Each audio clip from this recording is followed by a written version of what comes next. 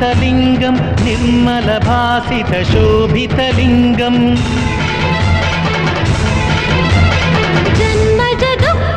जन्मजदुःखविनाशकलिङ्गं तत्प्रणमामि सदा शिवलिङ्गम्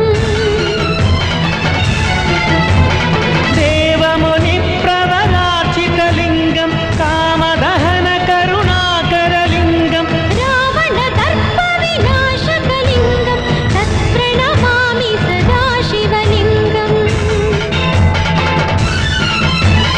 सर्वसुगन्धसुलेपितलिङ्गं बुद्धिविवर्धनकारणलिङ्गम्